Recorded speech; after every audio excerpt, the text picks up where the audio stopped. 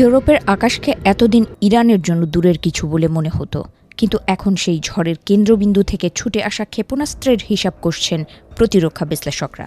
ইরানের দীর্ঘপাল্লার ক্ষেপণাস্ত্র ও ড্রোন কর্মসূচি ইউরোপের নিরাপত্তা মানচিত্রে নতুন করে উদ্বেগ তৈরি করেছে। 2 মার্চ প্রকাশিত এক বিশ্লেষণে প্রতিরক্ষা বিষয়ক প্ল্যাটফর্ম ডিফেন্স এক্সপ্রেস সতর্ক জানিয়েছে, ইরানের কিছু মধ্যম ও দীর্ঘপাল্লার ব্যালিস্টিক ক্ষেপণাস্ত্র তাত্ত্বিকভাবে ইউরোপের বিভিন্ন রাজধানী পর্যন্ত পৌঁছাতে সক্ষম।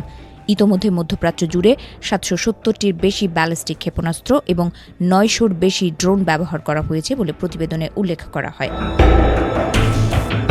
বিশেষ করে যে ক্ষেপণাস্ত্রগুলো নিয়ে উদ্বেগ বাড়ছে সেগুলোর মধ্যে রয়েছে খোররামশার, সেজ্জিল, গাদর এবং এমাদ মডেল।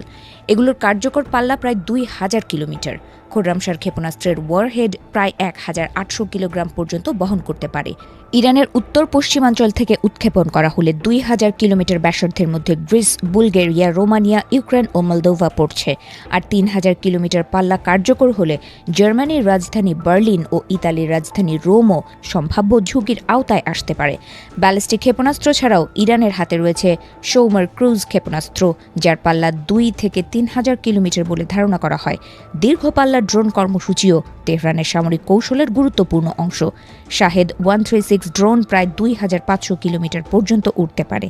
আরাশ 2 ও জেট চালিত কারার ড্রোনের পাল্লা 1000 থেকে 1600 কিলোমিটারের মধ্যে। তবে সম্ভাব্য হুমকির পাশাপাশি ইউরোপের প্রতিরক্ষা সক্ষমতাও উল্লেখযোগ্য।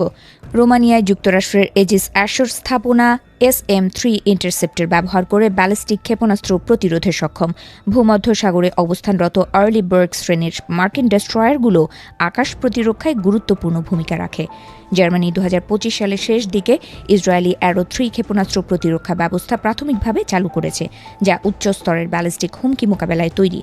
বিশ্লেষকদের মতে, ইউরোপ লক্ষ্য করে কোনো হামলা চালাতে হলে ইরানকে ইরাক, সিরিয়া, জর্ডান অথবা তুরস্কের আকাশসীমা অতিক্রম করতে হবে। এসব অঞ্চলে আন্তর্জাতিক জোটের নজরদারি ও প্রতিরক্ষা ব্যবস্থা সক্রিয় রয়েছে, ফলে সরাসরি আঘাত হানা সহজ হবে না। এরই মধ্যে উত্তেজনার প্রেক্ষাপটে এক সাম্প্রতিক ঘটনায় ইরানি ড্রোন ব্রিটিশ রয়্যাল এয়ারফোর্সের সাইপ্রাসের আক্রতিরি ঘাঁটিতে আঘাত হানে। ছোট আকারের একটি মানববিহীন বিমান রানওয়েতে আঘাত করলেও বড় ধরনের ক্ষয়ক্ষতি বা হতাহতের ঘটনা ঘটেনি। ঘাঁটিতে অবস্থানরত প্রায় 2000 সামরিক সদস্য ও তাদের পরিবারের নিরাপত্তা জোরদার করা হয়।